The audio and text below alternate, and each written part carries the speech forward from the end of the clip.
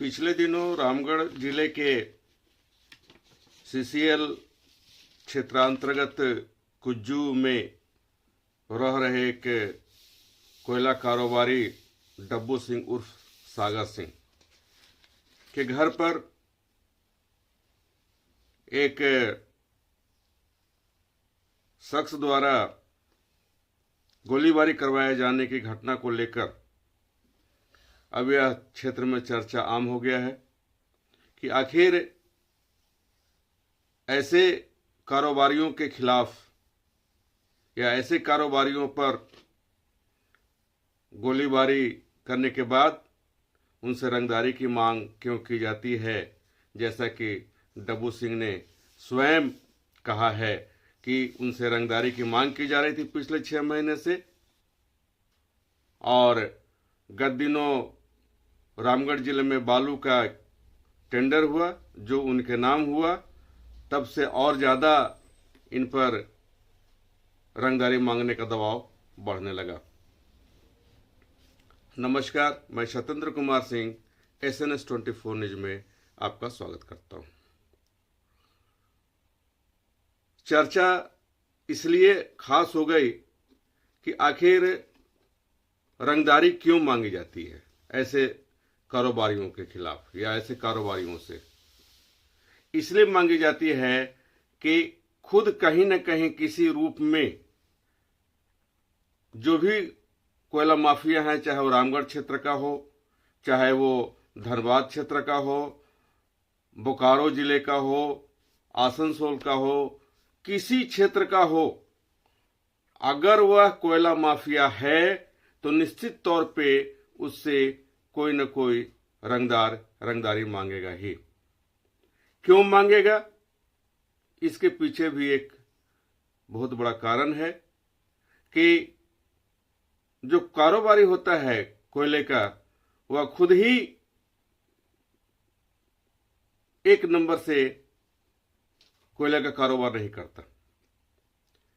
कहीं न कहीं 2 नंबर का टैग उन पर लगता है। कई मामले उन पर आते हैं और तो और इसी मामले को लेकर कई विधायक भी और सांसद भी उठाते रहे हैं, चाहे वो विधानसभा का पटल हो, चाहे वो आम सभा का हो, या पब्लिक प्लेस हो, या फिर प्रेस से बातचीत करने के क्रम में ये बातें सामने आती है। आपको बताएं कि इन्हीं कोयला माफियाओं के खिलाफ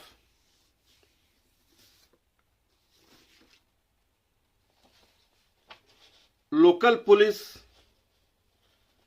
और कोल इंडिया, चाहे वो CCL का एरिया हो, BCCL के एरिया हो या ECL के एरिया हो, चाहे जिस किसी का भी एरिया हो, वहां के खनन को रोकने के लिए, अवैध उत्खनन, कोयले का जो अवैध उत्खनन होता है उसको रोकने के लिए प्रतिवर्ष करोड़ों रुपए उसकी सुरक्षा व्यवस्था को लेकर खर्च की जाती है संबंधित कंपनियों द्वारा। वहां केंद्रीय सुरक्षा बल के जवानों को लगाया गया है, कई कंपनियां तैनात रहती हैं। बावजूद इसके कोयले की चोरी का होना और कोयले का अवैध खनन होना एक आश्चर्यजनक चीज। जब कि क्षेत्र से, चाहे कोई भी कोयलांचल हो, बेरमो कोयलांचल हो, धनबाद कोयलांचल हो, रामगढ़ कोयलांचल हो, जिस कोयलांचल से भी कोयले की चोरी होती है, वहां से ट्रकों पर कोयले को लाद कर बनारस या डेहरी के मंडियों में भेजा जाता है, जो एक नहीं दर्जनों थाने और चेक पोस्ट से गुजरते हुए ड्राइवर द्वारा, चालकों द्वारा या संबंधित कारोबारियों द्वारा उसे ले जाया जाता है, लेकिन कोई उसे रोकने वाला, टोकने वाला नहीं होता है। क्यों नहीं होता है भाई?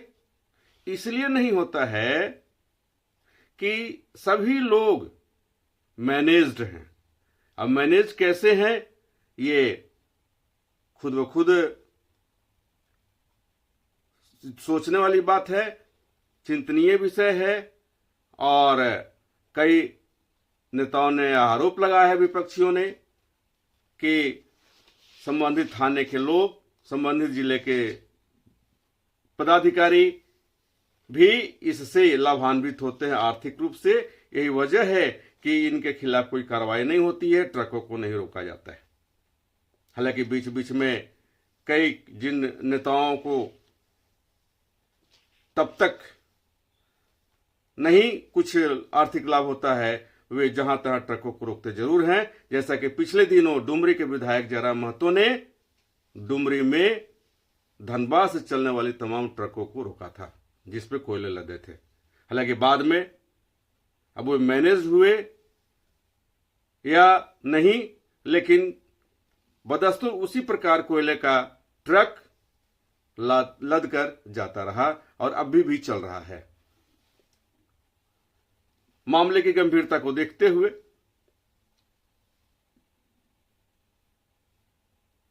प्रवर्तन निदेशालय और सीबीआई ने भी हस्तक्षेप किया है, और इस हस्तक्षेप के कारण इसका नतीजा है हस्तक्षेप का कि एक नहीं, दो नहीं, बल्कि दर्जनों कोयला माफियाओं के ठिकानों पर दबिश दी गई, छापेमारी की गई और कुछ एक लोगों को संबंधित एजेंसियों द्वारा धरा भी गया, पकड़ा भी गया। लेकिन बावजूद इसके अवैध कोयले का कारोबार न थमने का नाम ले रहा है और न ही लगता है कि यह कारोबार थमेगा। आज बस इतना ही। कल हम चर्चा करेंगे कि ईडी और सीबीआई के द्वारा जो कार्रवाई की गई है वो कहां कहां की गई है और कितने मामले दर्ज हुए, किन किन क्षेत्रों में दर्ज हुए, इस पर हम चर्चा करेंगे। तब तक के लिए धन्यवाद। और विशेष जानकारी लेने के लिए, अवैध कोयले से संबंधित कारोबार की जानकारी विशेष रूप से लेने के लिए आप SNS 24 न्यूज के साथ जुड़े रहें। लाइक करें, सब्सक्राइब करें और शेयर करें, जिससे कि आपको इन खबरों की ताजा तरीन जानकारी मिलता रहे। धन्यवाद।